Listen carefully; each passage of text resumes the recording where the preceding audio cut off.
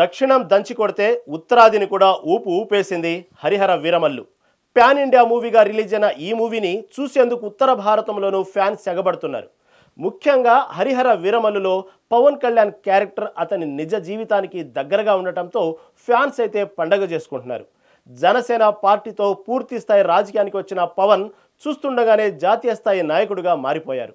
ముఖ్యంగా బీజేపీతో దోస్తీ, ఎన్డీఏ కూటమిలో భాగస్వామ్యం తర్వాత పవన్ కళ్యాణ్కి ఉత్తర భారతదేశంలో కూడా ఒక్కసారిగా క్రేజ్ పెరిగిపోయింది.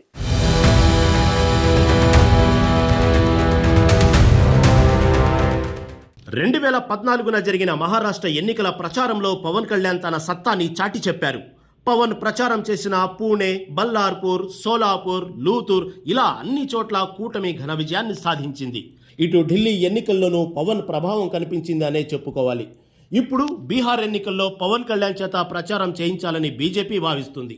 ఈలోపే హరిహర వీరమల్లు సినిమా విడుదల కావడం, సినిమాలో వీరమల్లు క్యారెక్టర్ ధర్మం కోసం పోరాడే యోధుడిగా కనిపించడం, ధర్మ సంస్థాపనకు ఎంత దూరమైనా వెళ్లే నాయకుడిగా ఉండటం పవన్కు ఉత్తరాదిన మరింత అభిమానాన్ని పెంచేసిందనే చెప్పుకోవాలి.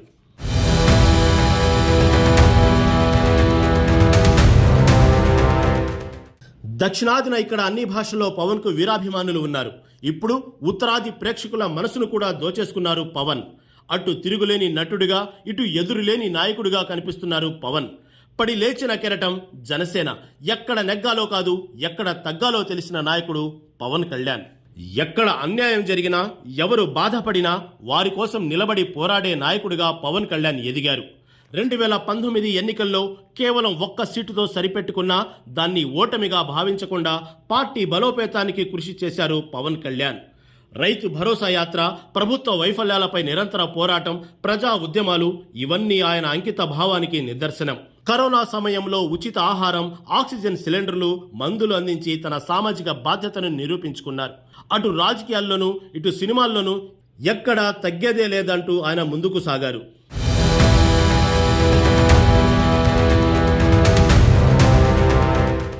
2019లో స్వయంగా పోటీ చేసిన 2 చోట్ల ఓడినప్పటికీ ఎంతో అభిమాన గణం ఉన్న, అభిమానాన్ని ఓట్ల రూపంలోకి మార్చే యంత్రాంగం మరియు ఆర్థిక బలం లేక 7% ఓట్లతో 1 ఎమ్మెల్యే సీటుతో సరిపుచ్చిన జనాన్ని వీడని జనసేనాని ఎంతో వ్యయప్రయాసాలు కోర్చి అసాధ్యమనుకున్న పొత్తుని సుసాధ్యం చేసిన వీరమల్లు పవన్ కళ్యాణ్.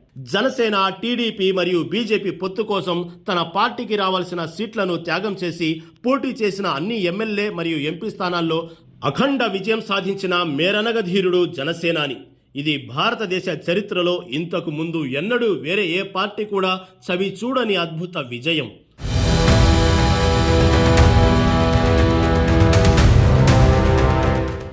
భారతదేశంలో మరియు మన ఆంధ్రప్రదేశ్లో ఎన్డీఏ ప్రభుత్వం ఏర్పడటానికి ప్రత్యక్ష కారణభూతుడైన మన జనసేన అధ్యక్షుడు పవన్ కళ్యాణ్ రాజకీయ ప్రయాణం ఎన్నో ఒడిదుడుకులతో మొదలై తుఫానుగా మారిన ప్రస్థానం. పడి లేచిన కెరటం జనసేన. ఎక్కడ నెగ్గాలో కాదు, ఎక్కడ తగ్గాలో తెలిసిన నాయకుడు పవన్ కళ్యాణ్.